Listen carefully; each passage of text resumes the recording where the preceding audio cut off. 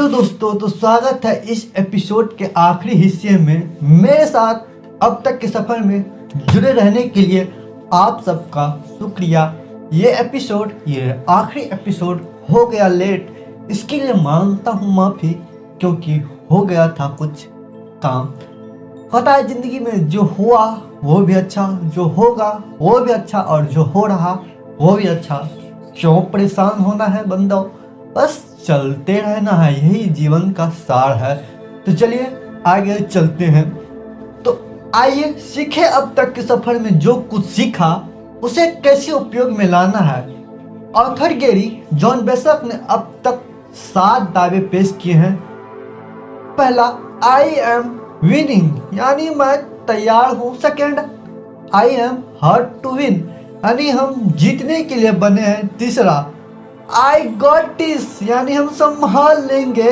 चौथा, I am very uncertainty, यानी हम अनिश्चितता को अपना लेते हैं। पांचवा, I am not my thought, I am what I do, यानी हमारी पहचान हमारे विचारों से नहीं कर्मों से है।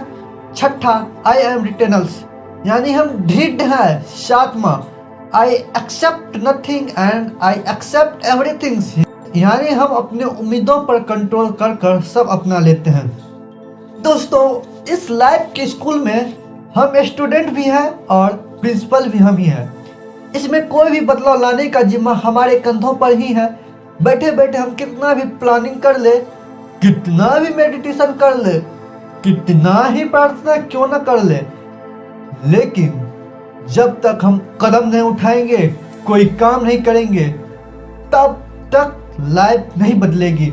सेल्फ हेल्प की बहुत सी किताबों पढ़कर इन सब टॉपिकों पर चर्चा करने में माहिर तो हो सकते हैं, पर इन प्रिंसिपल को अप्लाई नहीं किया तो सब पढ़ाई कचरे की ढेर के समान है। अच्छे मूड और पॉजिटिव विचारों के इंतजार में बैठे रहे तो गाड़ी छूट जाएगी।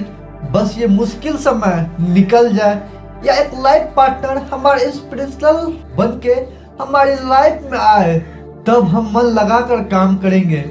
इस बात में हम काम को पोस्टपोन करते रहते हैं। धीरे धीरे वो छोटी सी प्रॉब्लम का पहाड़ का रूप ले लेता है, हमें पता ही नहीं चलता है। हम इंतजार करते रहते हैं उस वक्त का जब हमारा मन शांत हो, हमारे इमोशन काबू में हो, हम पॉजिटिव महसूस कर रहे हो, हमारे मन में कोई चिंता न हो। पर लाइफ में क्या कभी ऐसा समय आता है जब सब कुछ परफेक्ट हो? गैरी कहते हैं, इन दावों को केवल पढ़कर या याद कर कोई काम नहीं चलने वाला है। हमें उन्हें अपने लाइफ में शामिल करना होगा, उनको अप्लाई करना होगा, सही कदम उठाने होंगे। हमें अपने सोच, विचार, इंटरनल डायलॉग को बदलने के लिए बाहर की दुनिया में कदम उठाने होंगे।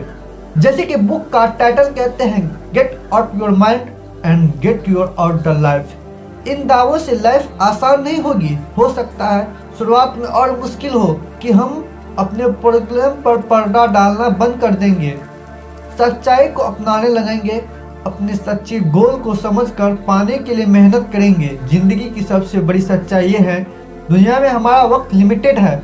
हम सब एक न एक दिन इस दुनिया से चले जाएंगे। हमारे अंतिम समय में जब हम अपने लाइफ को देखेंगे तो क्या कहेंगे? क्या दिखेगा कि हम जो सुधार करना चाहते थे वो हमने कभी किया ही नहीं।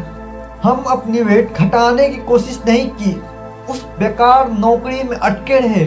बहुत सी सेल्फ हेल्प की किताबें पढ़ी, पर किसी पर ठीक से काम ही नहीं किया। तो दोस्तों, क्या इतना फायदा पढ़ने का, लिखने का, सुनने का, जब उसको हम एक्शन में ना लाए, काम में ना ही लाए, तो बोर हो रहे हैं क्या? नहीं, थोड़ा और देर रुक जाइए। अगर आप अपनी ज़िंदगी में 10 मिनट नहीं दे सकते हैं तो फिर ये लाइफ में क्या करेंगे? अपनी मंजिल को कैसे पाएंगे? थोड़ा देर रहिए। थोड़ा कचर बचर कर हो रहा है छोड़ने का तो कोई नहीं, दिल थाम के बैठिए और चलिए आगे चलते हैं। कितनी बार सोचा होगा हम अपने लाइफ को बदल देंगे, पर सुबह होते ही लाइफ के उसी ढर्रे पर चलने लगी। आखिरी सांस लेते समय जब आसपास के रिश्तेदारों की लाइन लगी होगी तो मन में बस पछतावे के अलावा और कुछ नहीं होगा। पछतावा कभी इस बात का नहीं होता कि हम ज़्यादा पैसा न बनाए, या वो महंगी गाड़ी नहीं खरीदी, या वर्ल्ड टूर पर नहीं गए। पछतावा तो इस बात का होता है कि हमने कभी कोशिश ही नहीं की। जब मुश्किलों से सामना हुआ तब हमने हार मान ली। कभी जीतो और मेहनत की ही नहीं, कोशिश करने वालों की कभी हार नहीं होती और उन्हें कभी पछतावा भी नहीं होता। हमें कभी इस बात का पछतावा नहीं होगा कि कभी नौकरी छोड़कर हम अपने बिजनेस शुरू करने की कोशिश की, बिना हार मान एक लाइफ पार्टनर खोजने की कोशिश की। अरे ओ लाइफ पार्टनर खोजने के बाद, ओ क्या बात है, चलिए आगे चलते हैं। और इस बात का पछतावा तो कभी नहीं होगा कि हमने बहुत से पैसे कमाए, कभी होगा इस बात का पछतावा? हो ही नहीं सकता है। और न इस बात की कि हमारी बॉडी बिपाशा या जॉन अब्राहम जैसे दिखी।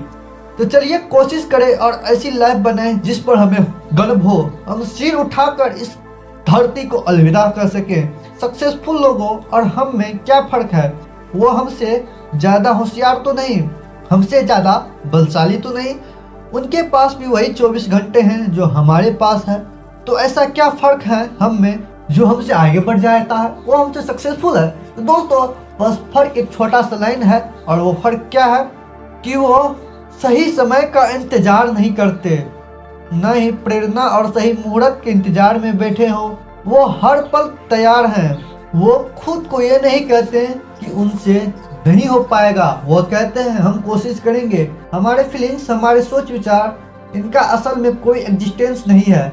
ये वो पल है जब हम अपने आप को सुनते हैं ताकि हम लाइफ में रिस्क न लें। जब तक लाइफ है तब तक तो रिस्क रहेगा ही।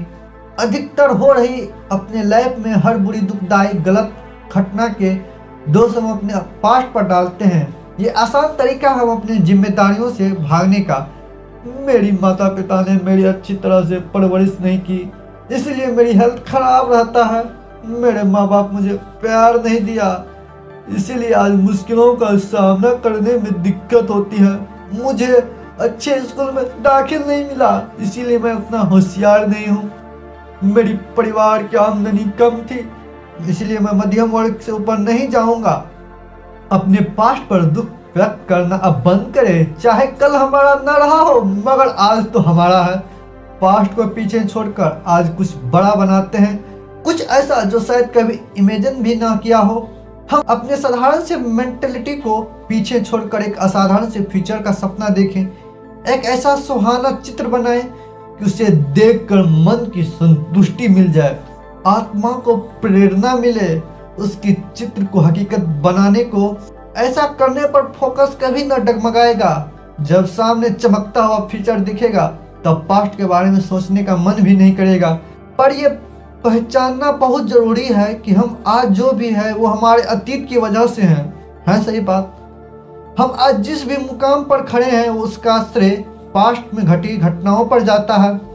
चाहे जो भी हुआ हो, हम में इतनी काबिलियत तो जरूर है कि हम अपनी लाइफ को संवार लें। यदि हम अपने अतीत के नेगेटिव विचारों से इंडिपेंडेंट होना चाहते हैं तो हमें दो बातें लागू करनी होगी। पहली बात, जो अभी हम कर रहे हैं उसे बंद करना होगा।